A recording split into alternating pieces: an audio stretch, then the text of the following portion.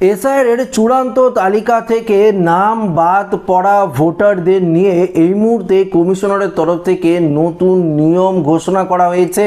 শুধু নির্বাচন কমিশন নয়, সুপ্রিম কোর্টের তরফ থেকেও বিশেষ ঘোষণা করা হয়েছে এই নাম বাদ পড়া ভোটারদের নিয়ে। তো বন্ধুরা, আপনার নাম কি চূড়ান্ত তালিকা থেকে বাতিল হয়ে গেছে? আপনার নাম কি ডিলিট হয়ে গেছে? না আপনার নাম আন্ডার অ্যাডজুডিকেশনের মধ্যে রয়েছে? যদি থেকে থাকে অবশ্যই ভিডিওটি আপনারা প্রত্যেকেই প্রথম থেকে শেষ পর্যন্ত দেখবেন, কেননা এই ভিডিওটি আপনারই জন্য খুবই গুরুত্বপূর্ণ হতে চলেছে। ভিডিওটিতে আপনারা প্রত্যেকেই প্রথম থেকে শেষ পর্যন্ত দেখবেন এবং নতুন হয়ে থাকলে চ্যানেলটিকে সাবস্ক্রাইব করে পাশের দেওয়া বেল আইকনটিকেও প্রেস করে অল নোটিফিকেশনটিকে বাজিয়ে দেবেন। দেখুন বন্ধুরা, আপনারা প্রত্যেকেই জানেন, তবুও আপনাদেরকে বলছি, এই যে এসআইআর এর সাপ্লিমেন্টারি ভোটার তালিকা সেটি কিন্তু এখনো প্রকাশিত করা হয়নি। শুধুমাত্র এখনো পর্যন্ত বহু ভোটারের ভেরিফিকেশন কিন্তু কমপ্লিট হয়নি। তো আপনাদেরকে আগে বলেছিলাম যে 9 তারিখ এবং 10 তারিখ সুপ্রিম কোর্টের তরফ থেকে এই নাম বাদ পড়া ভোটারদের নিয়ে কিছু তো ব্যবস্থা করা হবে। তবে এই মুহূর্তে যে আপডেটটি উঠে এসেছে সেই আপডেটে কি বলেছে সেটাই আপনাদের সামনে আমরা তুলে ধরার চেষ্টা করব। দেখুন, ভোটার তালিকা থেকে নাম বাদ পড়ার ঘটনায় ফের সুপ্রিম কোর্টের দৃষ্টি আকর্ষণ করলো রাজ্য সরকার। অর্থাৎ রাজ্য সরকারের তরফ থেকে কি স্টেপ নেওয়া হয়েছে সেটি আপনারা জেনে নিন। সোমবার রাজ্য সরকারের হয়ে আদালতে দৃষ্টি আকর্ষণ করেন আইনজীবী মেনকা গুরুস্বামী। মঙ্গলবার এসআইআর সংক্রান্ত শুনানি মামলা রয়েছে শীর্ষ আদালতে। মঙ্গলবারই এই বিষয়টি নিয়ে আদালতে যাওয়ার জন্য মেনকাকে বলেছে প্রধান বিচারপতি।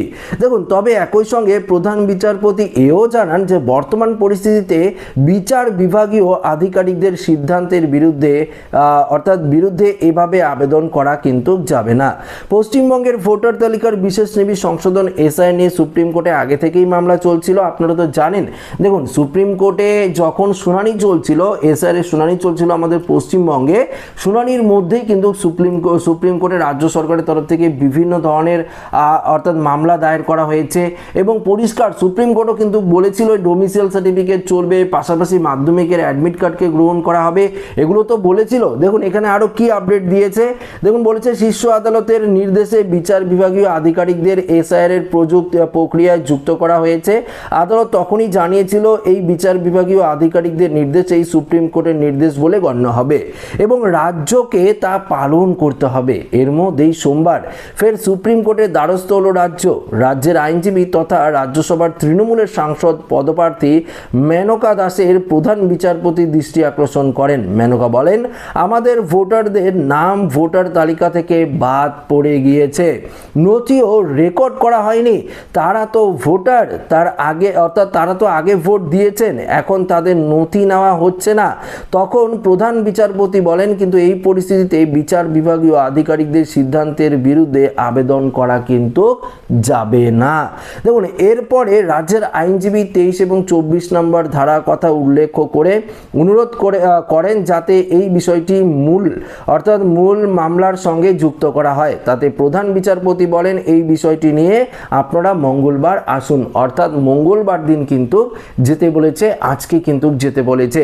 এসআইআর এর এই তালিকায় থাকতে পারছে না বলে নাগরিকত্ব সংশোধনী আইন অর্থাৎ সিএর আওতায় আবেদনকারীরা পৃথকভাবে আদালতের দ্বারস্থ হয়েছেন। সেই আর্জির পরিপ্রেক্ষিতে প্রধান বিচারপতি বলেন, পশ্চিমবঙ্গ ছাড়াও আমাদের তো আরও কাজ আছে, তাই নাকি?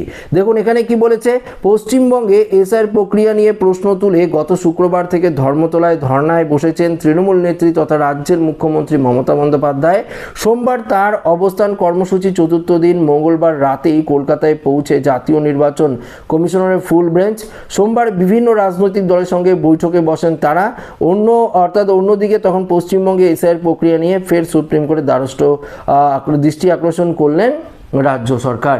দেখুন বন্ধুরা, এখানে আপনারা পরিষ্কার বুঝতে পারলেন যে রাজ্য সরকারের তরফ থেকে আবারও কিন্তু সুপ্রিম কোর্টে মামলা দায়ের করা হয়েছে এবং যারা এই আন্ডার জুডিকেশন যারা বিচারাধীন রয়েছে যেই সমস্ত ভোটার এবং তাদের তো ভেরিফিকেশন করছে হাইকোর্টের যে জুডিশিয়াল অফিসাররা রয়েছে, টোটাল বাইরে থেকে আবারও জুডিশিয়াল অফিসারদের আনা হয়েছে এবং তারা তো সেই ডকুমেন্টসগুলো খতিয়ে দেখছে। এখনও পর্যন্ত যা আপডেট, প্রায় ধরুন ওই 9 লক্ষের মতন নিষ্পত্তি হয়েছে। তার মধ্যে অবৈধ ভোটারও রয়েছে এবং বৈধ ভোটারও কিন্তু রয়েছে। তবে আপাতত আপডেট 75-এর মতন বৈধ ভোটার এবং 15% ধরুন 15%-এর মতন রয়েছে অবৈধ ভোটার। তো এই যে লিস্ট, সাপ্লিমেন্টারি লিস্ট, এই সাপ্লিমেন্টারি লিস্ট যখন প্রকাশিত হবে সেই লিস্টে আপনারা বৈধ অবৈধ মিলে ভোটারের নাম কিন্তু পাবেন।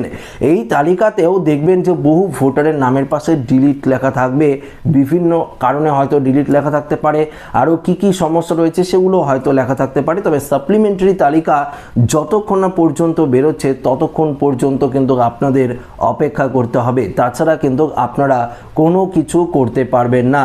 দেখুন, রাজ্য সরকারের তরফ থেকে এই বিচারপতিদের নিয়ে যে মামলা দায়েরস্থ করা হয়েছে, সুপ্রিম কোর্ট পরিষ্কার বলে দিয়েছে যে এখন যেহেতু তারা কাজ করছে বা যেহেতু তারা এই ভেরিফিকেশনগুলো করছে, তাদের বিরুদ্ধে কোনো রকম কিছু তারা করতে পারবে না।